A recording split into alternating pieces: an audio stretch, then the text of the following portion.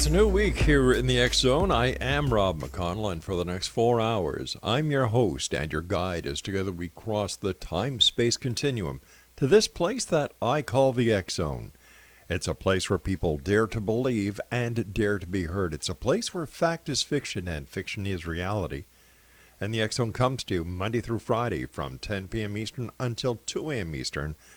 Oh my gosh, all over the world on the Talkstar Radio Network, Mutual Broadcast Network, iHeartRadio, Xena Media, Simul Radio, and Simul TV at www.simultv.com, and the X Zone TV channel is Channel 21. If you'd like to send me an email, xzone at xzoneradiotv.com, on all social media sites, X Zone Radio TV. And for the programming we have available for you 24/7, 365 on the X Zone Broadcast Network, www.xzbn.net.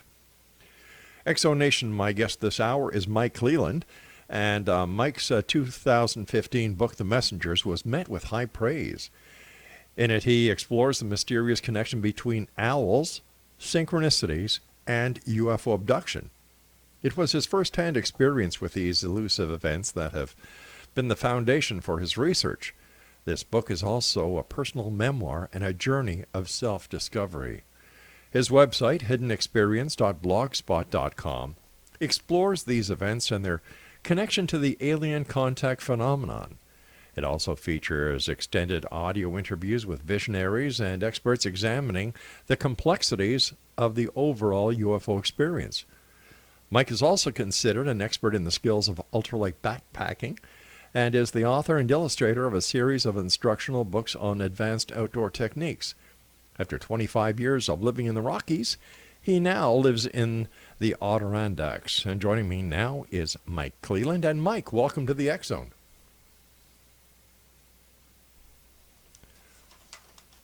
Mike, thank you so much. I'm right here. Oh, Sorry about that. You know what I did is I put myself on mute just so you would have a nice, perfect silence and you wouldn't hear me breathing or my chair squeaking in the background. Oh, sure. So that's it. Spoil all the fun. I'm delighted to be here. So hope I didn't make you panic there. No.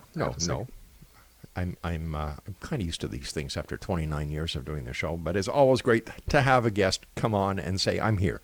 First of all, welcome to the X Zone. Great talking to you. And what part of the Adirondacks do you live in? Right near Lake Placid, so I'm very close to the Canadian border. So beautiful place. Beautiful. The closest big city is Montreal. Yeah. Yeah. I grew up on the south shore of Montreal. About it was about a 45-minute drive to the border at Plattsburgh, Rouse's Point. But I'm right near Plattsburgh. Yeah, I take the ferry all the time over to Burlington, Vermont. That's right. Plus Lake Champlain. I've yet to see Champy. I keep a watchful eye, but I've yet to see her.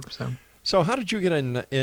Tell me about this connection between owls, synchronicities, and UFOs. Now, I've been doing the show a long time, and I've never heard a connection with an owl. So I'm 56 now, and turn the clock back, I think it's about 12 years. I would have been, I think it's almost 13 years now. It was in 2006. I was living in Idaho, right near the Grand Teton National Park. It was a beautiful spot. I lived in this amazing place, and I would go camping for one night. At the time, I was working for an outdoor school, and there was this woman working at the school, and I said, hey, let's go camping. And she said, sure. Oh, that's a great pickup line. Let's go camping. Well, that's a kind of town. It's like the kind of thing, I guess, if you live in Malibu, you can say, hey, let's go surfing. Or if you live in New York City, you can say, hey, let's go to this fancy restaurant. But yeah, where I lived, it was, let's go camping. So up here in where I live, it's, let's go to my place.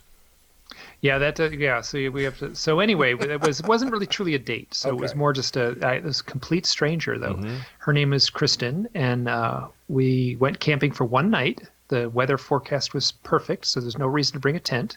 We just slept out under the stars. Mm-hmm. So we walked in with very light packs. Right. And sun was setting. You walk in the afternoon, you can get pretty deep in the mountains in a few hours, and we were in this absolutely gorgeous point right in the Tetons, and the sun was setting, and she said something, and it took me, and I was like, wow, this is a really impressive person. Like, I didn't expect this. It was a complete stranger, and she said something that struck me. What was that? we'll get to that in a second to tell this. So but at that moment, she said something. Mm-hmm. An owl flew over us, and then a second owl, and then a third owl. And for the next like 2 hours, these owls flew around us and above us as the sun was setting. We ate and laid our sleeping bags out under the stars, and literally we were laying down looking up at the stars, and there was just for 1/2 a second, just a microsecond, the skies would be blotted, the star would be blotted out above us. And it was really magical. Now, owls are very quiet in flight. I mean, they were flying right over our faces and blotting out the stars. It was so magical. So we got up the next morning and hiked out. It was a wonderful hike. We were back before lunch, back to town. And I said, hey, let's do this again. And she said, sure. So 4 days later, we went camping again. At sunset, we were watching the sunset, and an owl landed near us. This was a completely different part of the mountains. An owl landed near us. Another one flew above us. And then one landed at our feet. And before, they were kind of kept their distance. Not the second time. They were right there next to us, landing at our feet. And I've done a lot of outdoor work and spent a lot of time in the mountains. I've never seen anything like this. Now, what I am saying now, I didn't say it at the time. I'm saying it now. I had a thought in my head. I had like a voice in my head that says I was looking at real owls at my feet. Both times, this voice was, I'd look at these owls, and I had this voice in my head that said, this has something to do with the UFOs. Now, what I didn't say earlier on is I had all the symptoms. Let's see, symptoms. That's the wrong word. I had certain life experiences, that's a better way to say it, that would imply or point to UFO contact. I had missing time. I had some close-up UFO sightings. And in 1993, when I was 30 years old, there was a bright light shining in the bedroom window. It was very unusual. And I sat up in bed, and out my window, backlit by a very bright light source, were 5 skinny gray aliens with the big black eyes and the big bald heads, and they were walking towards the house. And I should have been scared. It was a very strange sensation. I should have been scared. I heard a voice in my head that said, now is the time to shut down. And I put my head on the pillow, and I went to sleep. Now, so those events, I have a handful more, but those are the most telling of the memories that I had. Those events were kind of simmering, and I knew I would have to look into those at some point in my life. And at that point in 2006, I was at the point when I needed to look into those experiences, and I knew it. But instead, I was denying it. I was pushing it away. I did not want to deal with what these events implied. After seeing the owls and that voice in my head, I started looking into it. I started contacting abduction researchers. I started contacting, and they would often put me in touch with other people who've had the contact experience. And I started networking and talking and researching, and mostly I was researching myself. And in doing so, because of these owl experiences, every person I would talk with, I would ask the question, have you ever had any odd experiences with owls? And it's certainly not 100%, but enough that there's a very clear pattern. People would say, that's funny. No one's ever asked me that. But yeah, I have had odd experiences with the owls. And I started collecting these stories. Now, eventually I started a blog. And one of the very first blog posts that I put on was that camping story with Kristen. It's just a nice story, seeing some owls in the mountains. Sure. After I posted it, it bugged me. I got back to her, and I asked exactly the question you asked me earlier. What was she talking about? And so it was 3 years later. I couldn't remember. And I was like, I got a hold of her. I said, Kristen, what were we talking about the very first night when we saw the very first owls? You were talking about something that that felt, it felt important. What were we talking about? She said, I remember exactly what I was talking about. And she said, I was trying to give my deepest, most heartfelt definition of what God meant to me. Now that took an already powerful set of events and turned it into this almost like transcendent moment for me. Now, I'm not at all churchy or anything like that, but I recognized the power in what she said. And I am not kidding. I spent I'm doing it now. I'm still here. It's now 12 years later. I have spent the last 12 years digging into exactly the question you asked me initially. What is the connection between UFOs and owls? All right, we've got to take a break. Please stand by. Exonation. Mike Leland is our special guest this hour. He's the author of The Messengers. And if you'd like more information about Mike, his website is hiddenexperience.blogspot.com. And Mike and I will be back after this short break as we continue here in the X Zone with yours truly, Rob McConnell, from our broadcast center and studios in Hamilton, Ontario, Canada. Don't go away.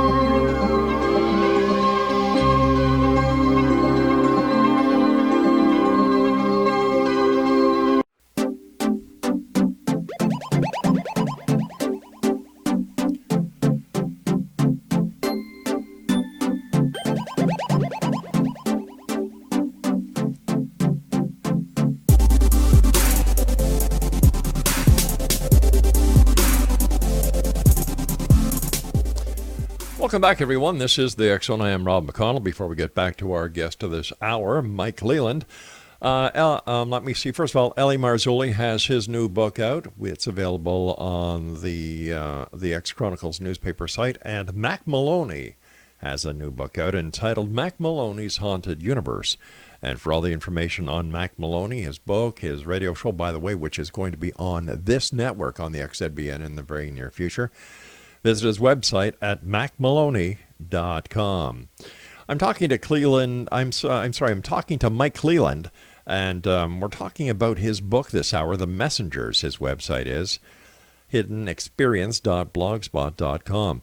And before we went to the short break, we were talking about the question that I asked you about what you and your friend were talking about that night that you spent under the stars. And we're, the connection then with owls and other people who have had alien abduction experiences. How many people, have an owl connection?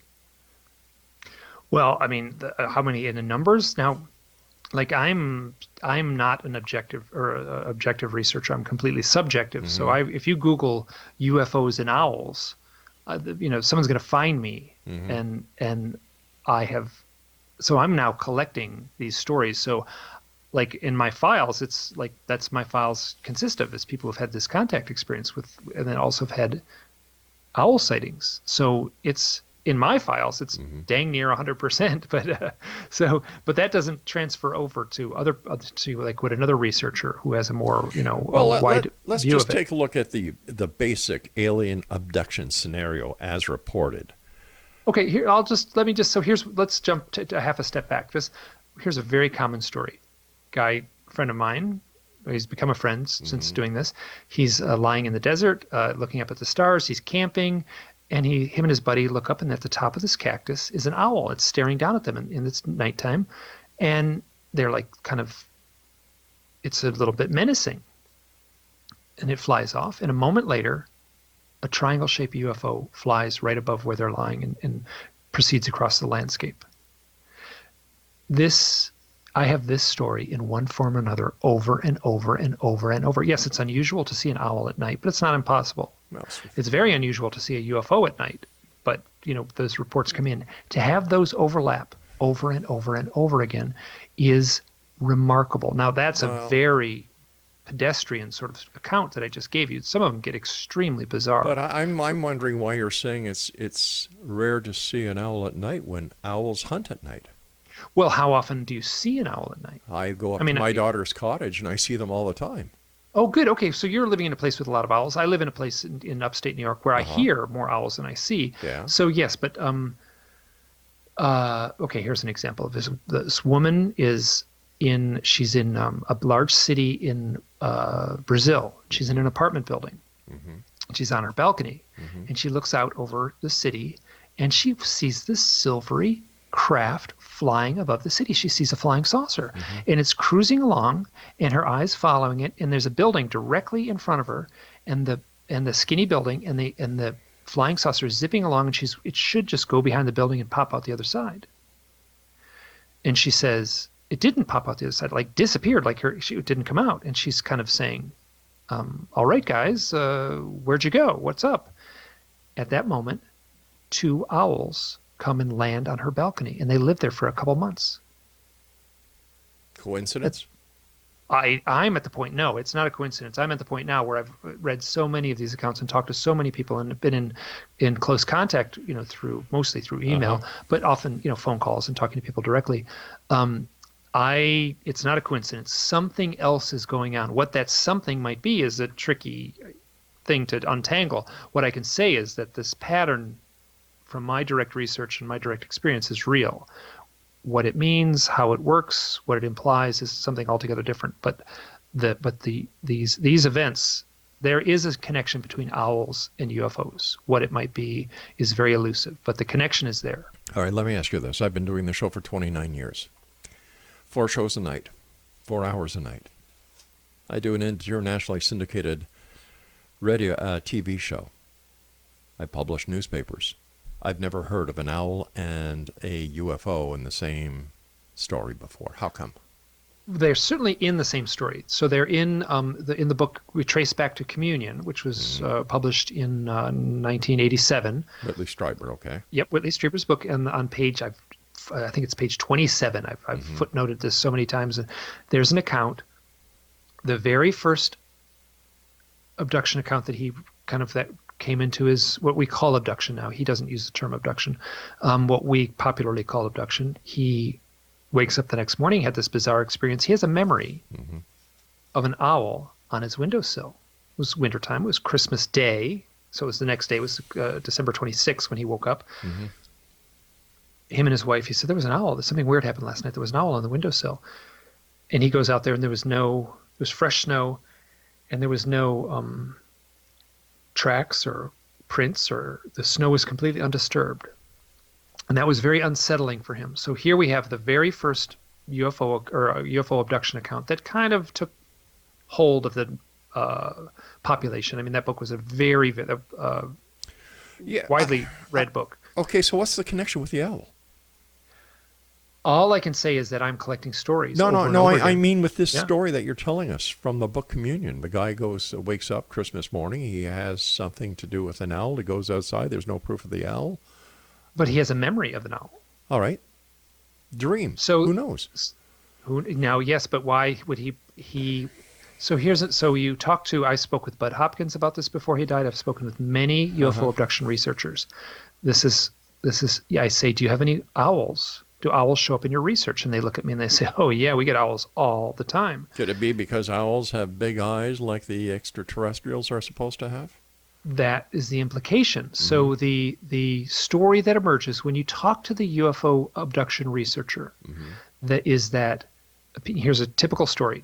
People driving down the road at night, they turn a corner, there's a great big 4-foot tall owl in the road. It's very strange. They stop, they look at it, maybe they drive on. Oftentimes the owl can look over the hood of their car. They continue on, they get home, it's 2 hours late. They're missing 2 hours.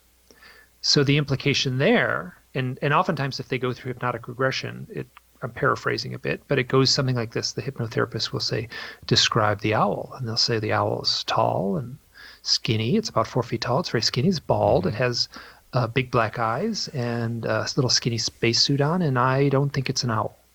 So the implication is that the UFO occupants, most probably the skinny gray aliens that we've all come to recognize, are somehow using a screen projection, a projected hypnotic trance of some sort where they can put in an owl into the mind of the observer. I don't know how that works or why, but that certainly shows up repeatedly in the research. But why an owl? So there's one, you pegged one of very good reason that may be the answer, which is the owl has big black eyes. I gave a possibility. I didn't give a reason. Yes, you gave a possibility. Yes, one of the possibilities is that the UFO occupants are choosing that simply because they look like an owl. At the same time, deer show up in somewhat equal numbers in the screen memory aspect. Deer and owls are at the top of the list, and then there's a long list of other things after that show up as screen memories, but mostly it's deer and owls at the top of the list. You know, regression hypnosis has been not proven to be accurate or correct. It's I agree. a matter of It's messy. it's a matter of interpretation. So how can we take anything that anyone says who has gone with regression hypnosis? Even Bud Hopkins' wife said that it was all a bunch of bunk. Yes, and that, but at the same, so I'm sort of in the middle ground, right? So yes, you can be very cautious. I think it's a tool that can be used appropriately, and at the same time, so the Bud Hopkins, there's an illusion, I think, that Bud Hopkins, 100% of his research was based on hypnotic regression. That's simply not true. A lot of people have completely conscious memory of these experiences, and so yes, so I agree that the hypnosis is a messy business in the sense that it's easy to debunk. You're dealing with the subconscious. Nobody actually has a good working definition of what hypnosis actually is. I feel certain that people could be led astray under hypnosis, and perhaps the skill of the hypnotherapist improves that somewhat. But again, we're dealing with the subconscious. I don't know how that works, but so here's another story. This is back to the screen memory aspect. This is remembered entirely consciously. This woman was 19 years old at the time. She's now an adult. She was working at a girls' camp in the Cascades, North Cascades in Washington State, I think. And she was walking between two buildings. And there was kind of a path that went through the woods between these two buildings. She could hear the girls playing in the background, and she knew she had had contact experiences. All right, we're going to take a break here. We're going to take a break because Okay, I great. do have to take my news. And when we come back, let's continue the story. Exonation, our guest this hour is Mike CLELLAND. And if you'd like to find out more about Mike, if you'd like to visit his website, it's hiddenexperience.blogspot.com. And we'll be back on the other side of the news as we continue here in the X Zone from our broadcast center and studios in Hamilton, Ontario, Canada. Don't forget you can get your complimentary copy of the X Chronicles newspaper every day of the week, month, year, whenever you want, however you want, simply by going to xchroniclesnewspaper.com. I'll be back on the other side of this news break. Don't go away.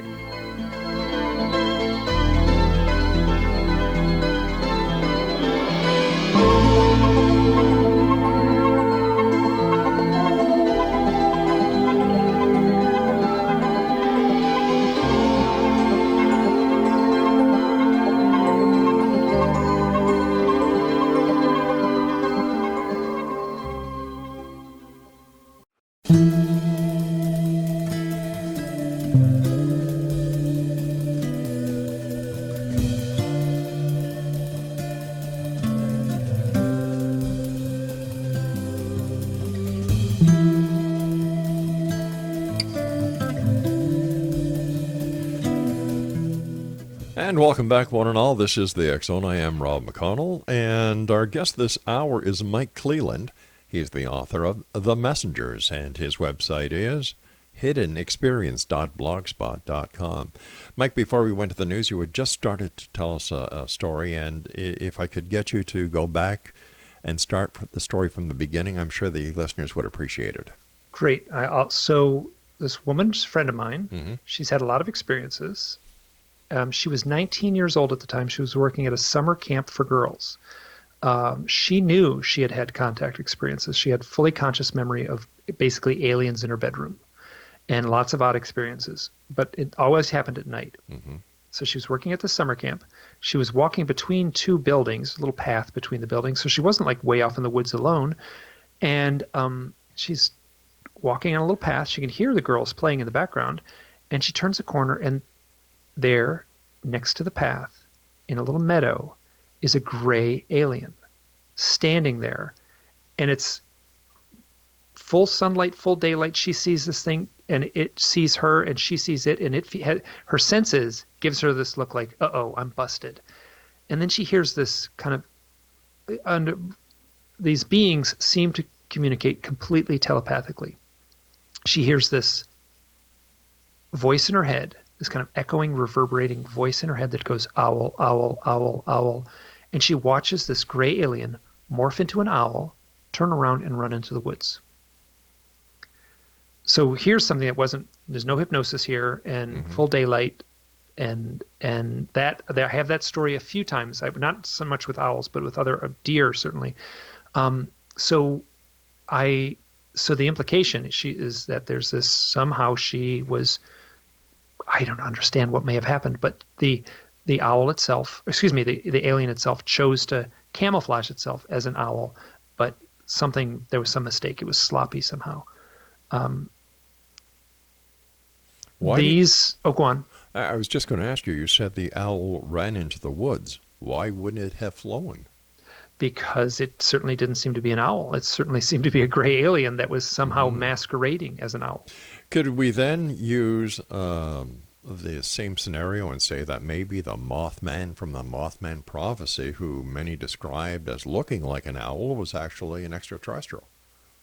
I like I don't have an answer. That's certainly a good avenue of speculation, and it'd probably be fruitful that there's some connection between the Mothman, which was extremely large and had a very big wingspan, and the owls that are often reported as 4 feet tall. Oh, I see. So yes, I have no way of knowing, but that would be potentially an interesting avenue of speculation. Sure.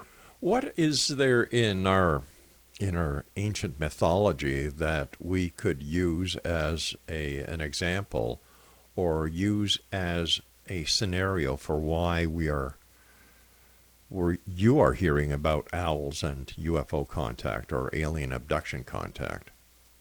So earlier you asked me, you sort of said, perhaps the screen memory is related to the big black eyes. Yeah. That gets repeated over and over and over again in the literature. It's kind of a given among the UFO abduction researchers. I'm very cautious to take that as dogma. Right. The other avenue of thought is that they could be using the owl for more of an archetypal reason. There's ancient history all over the world's mythologies. The owl is associated with the night for obvious reasons. Sure. And the owl would then fly into the night, and then that became a metaphor in many of the world's traditions for traveling to other realms, traveling to the land of the gods, traveling to the land of the dead, traveling to the land of the ancient ancestors. The owl would then come back with a message. And that's probably where I got the title of the book, Gotcha. The Messengers, from this aspect of ancient mythology. Now, owls show up in other highly charged, what I refer to as highly charged events beyond just UFO contact. But my sense is that the owls are showing up more as a symbolic archetype, where somewhere deep in us, we have a deep inner knowing of the, let's say, the esoteric meaning of owl, right? You watch Star Wars, you see Luke Skywalker having all these adventures. You're seeing the archetype of the hero on the screen. You're caught up in the story and see the thrilling movie, but you're seeing the archetype of the hero. You're in the woods, you see an owl, you see a bird with big eyes. At the same time, you're seeing an archetype that touches us at a very deep level. What that archetypal meaning might be is very slippery, again, very elusive, but that is the best answer I've come up with for why they are choosing the owls and why the owl has now become the totem or the symbol of the UFO contact experience. Where does synchronicity come in? Well, synchronicity. Oh, yeah, okay. Synchronicity. Let me think of a good. So here's a fellow. He tells us. So synchronicity is a term coined by Carl Jung. And he has kind of a dry, long-winded definition of it. The simpler definition: it is a meaningful coincidence, a coincidence that is meaningful to the observer. Now, I'm not an academic. I'm an artist. I'm an illustrator, and I'm writing these books to help untangle my own UFO contact experiences. So I'm doing this for a very selfish reason. I'm not objective. I'm subjective. So for me, I went through a period at the same time I saw those owls with Kristen in the Mountains. The aftermath of that, I was seeing a lot of owls, and I was having a lot of synchronicities, and all those synchronicities tied into either owls or UFOs. And I spent a few years there, like, suffering. Like, I felt it was almost like I was questioning my sanity for a few years. Like, this stuff was happening so hard and fast and so overwhelming. Where does synchronicity come in with it? Here, so this guy, he's a pseudonym. His name is Nathan. He's contacts me. He said, Mike, I had an experience. I hit an owl. I was driving through this town on my way to work. It was dark. This is in Oregon. He's driving through the town, and an owl hit his windshield. Bam, he killed it. And he said, you know what? 2 years ago, I hit an owl in the same town before dawn. It was the same time of year. Now, he went through and I looked at my email. He sent me an email 2 years earlier. I have it dated. Everything's there. He hit and killed an owl in this town before dawn. It was February. It was early February. I don't have the dates in front of me, but early February 2015 and 2017, 2 years apart. So here's a man who has had what I consider UFO contact experiences. And he's also seen a remarkable number of owls, including the 4-foot tall kind. Oh, right. No, I'm sorry to cut you off here, but how did you jump to the conclusion that he had UFO experiences based on him just seeing owls? Oh, no. I've had long conversations with him. Oh, you didn't mention that. We've had lots of talks about him and his experiences, yeah. Well, what kind of experiences did he have? Seeing UFOs, missing time, bloody noses, very, very strange synchronicities, orchestrated relationships, the kind of things that show up in the lore of the UFO experiencer. So here, let me jump back. So two experiences, and this is the definition of synchronicity. It is powerful to the observer. 2 weekends, Sunday mornings, early in February. They were both Super Bowl Sunday. Mm-hmm. You take the word Super Bowl, it spells out superb owl. Now, you could dismiss this right away, but I will tell you that this was powerful and meaningful to Nathan. It was a meaningful, powerful event for him to have that very strange bit of wordplay be connected with these experiences. Now, that's a very soft one, but you asked for an example of a synchronicity, and that's the first one that popped in my head. So synchronicities show up in connection. You go to a UFO support group meeting, right? And I've gone them. You sit around in circles, and a researcher is usually running it, and usually the researcher is a therapist of some kind. And you ask people in the room, like, have you had any odd experiences, like with synchronicity? And I feel that the people who've had the UFO contact experience have a higher amount of synchronicity than the norm. But I also feel that anyone on what I will call like a spiritual journey will have a higher number of synchronicities.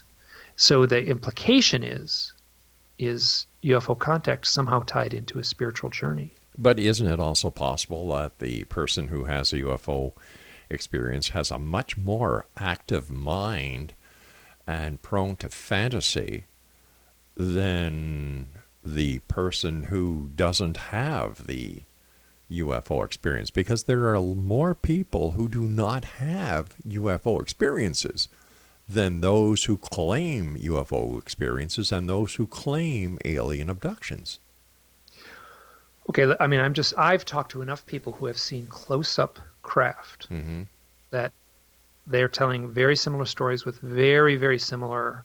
I've been doing full-time UFO research for a decade now, and or nearly full-time. All right, we've got to take our final break, so let's just hold it here. X-Zone Nation, our guest this hour is Mike CLELLAND, and if you'd like to find out more about Mike, his website is hiddenexperience.blogspot.com.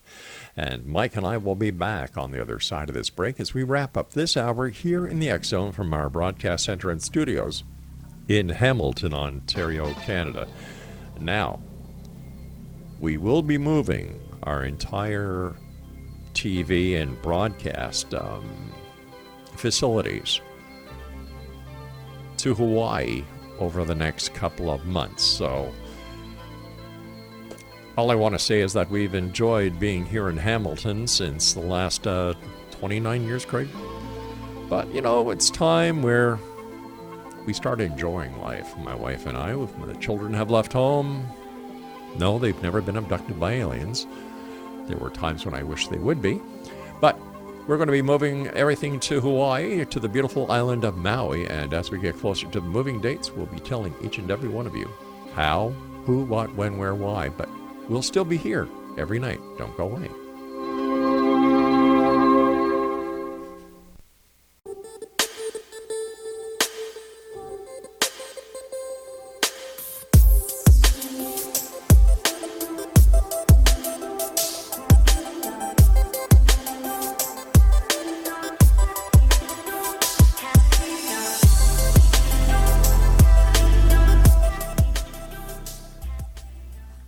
Exonation, my guest this hour is Mike CLELLAND. And once again, if you'd like to find out more about Mike, his website is hiddenexperience.blogspot.com, and he is the author of The Messengers. Mike, the person or the people who have reported UFOs over the years seem to be flamboyant.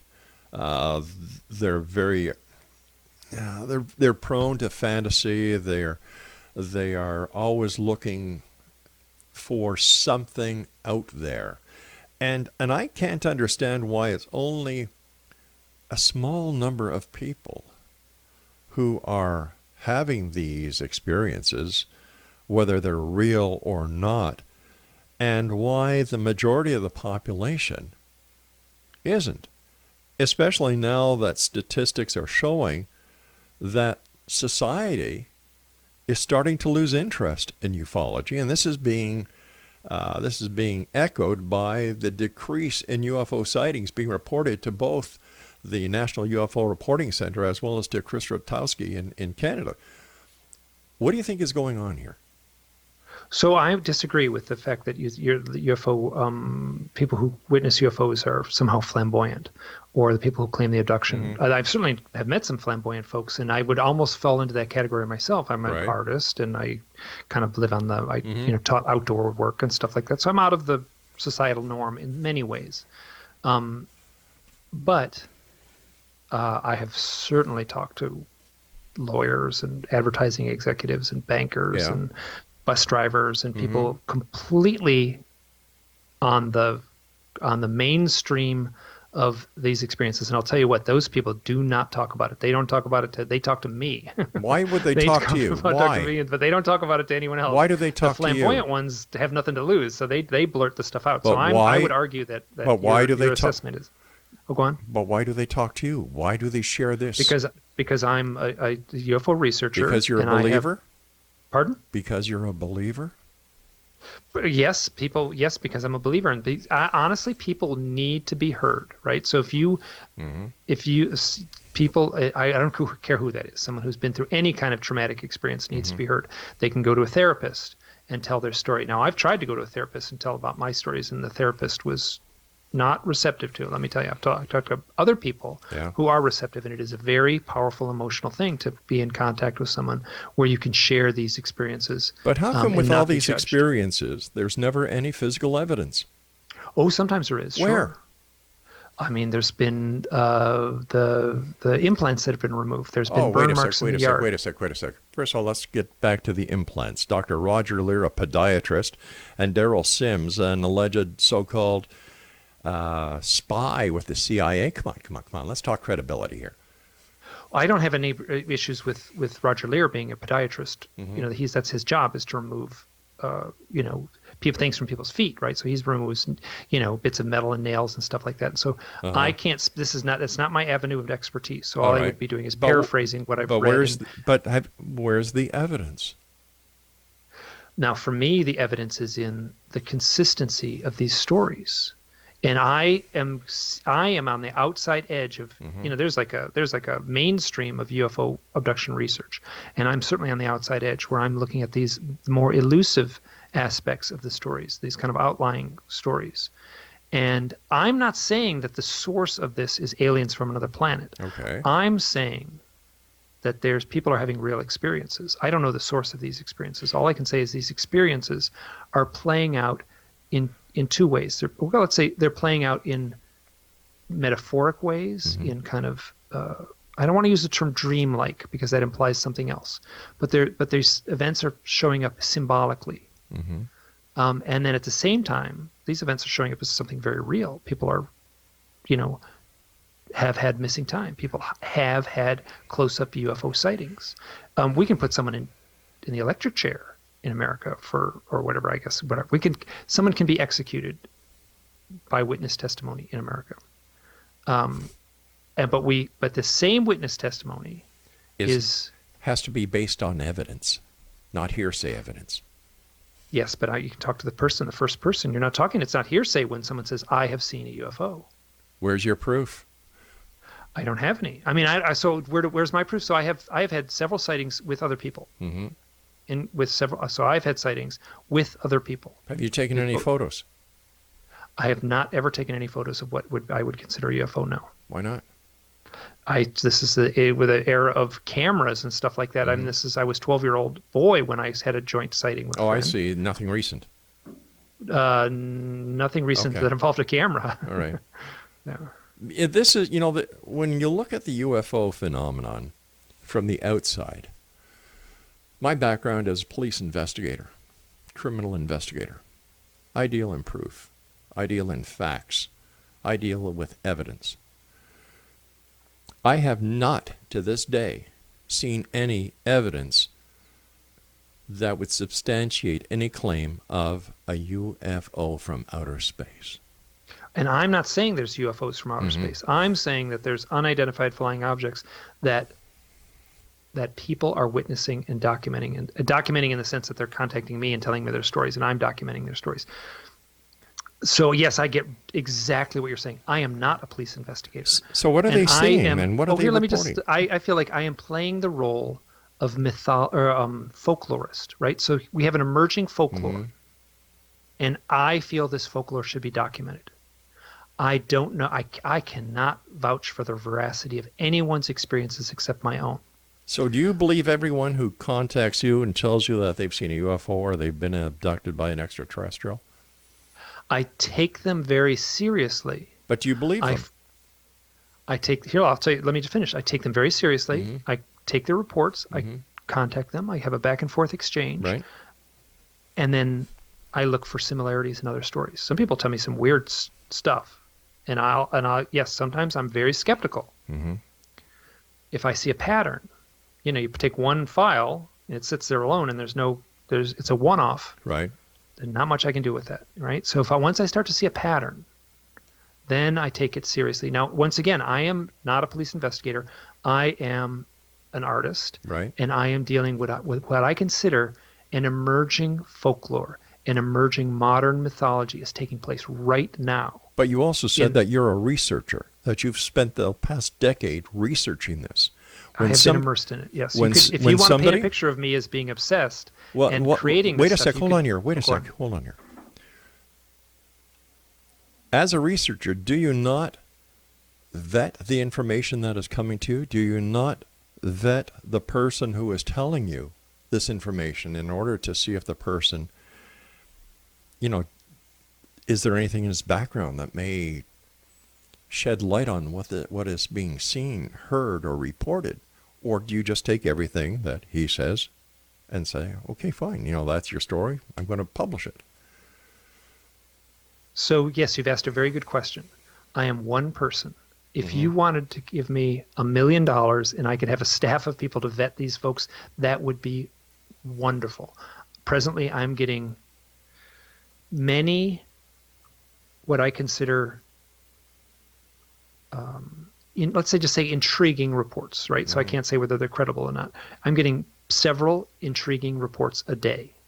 Okay, you multiply that by a year, that's over 1,000 reports a year. I am like the smallest little researcher on the outskirts of this stuff. Okay, but do all these reports have owls included in them? Most of the ones I'm receiving do, yes.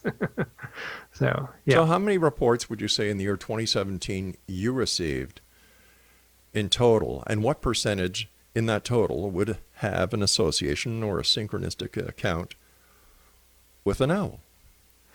Okay, so I'm just doing this off the top of my head. Sure, I appreciate that, yeah. Close to 1,000. And of that, 80% would have an owl. Or if you wanted an owl or synchronicity, it would be near 100%.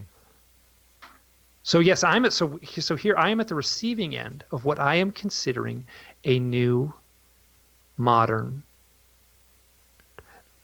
The way I frame it is folklore. right? So I can't frame it scientifically. I'm not a scientist. I'm not an investigator in the strict dogmatic way that your police experience would want to define an investigator as. Sure. I'm simply archiving these stories, Sure, sharing them, and telling the stories as best I can. So if someone says to me, like, listen, someone contacted me and said, I had an owl outside my window. Uh-huh. It shot a blue beam, a blue laser beam came from the stars, hit the owl, and then that blue beam hit me while I was lying in bed. Now, I have a couple stories like this, so that's not a one-off. All I can do is say, I heard this story. I'll report it. You know, I don't want to dwell on it, right? So it'll take, in a book, it takes a few paragraphs, and I'll compare it to the other stories like that. Yes, I recognize this is, and the person, I've talked to the person on the phone, the person seems credible. It is a credible person telling an incredible story. All right, Mike, I want to thank you so much for joining us. We have to say so long for tonight, but X Zone Nation, you heard it here first on the X Zone. Owls and UFOs. Oh, I get it. That's because owls give a hoot. I don't know. The story seems like it's for the birds, if you ask me. And that's Craig's way of telling me that he agrees with me. All right, X Zone Nation, I'll be back on the other side of this break as we continue here in the X Zone from our broadcast center in Hamilton, Ontario, Canada.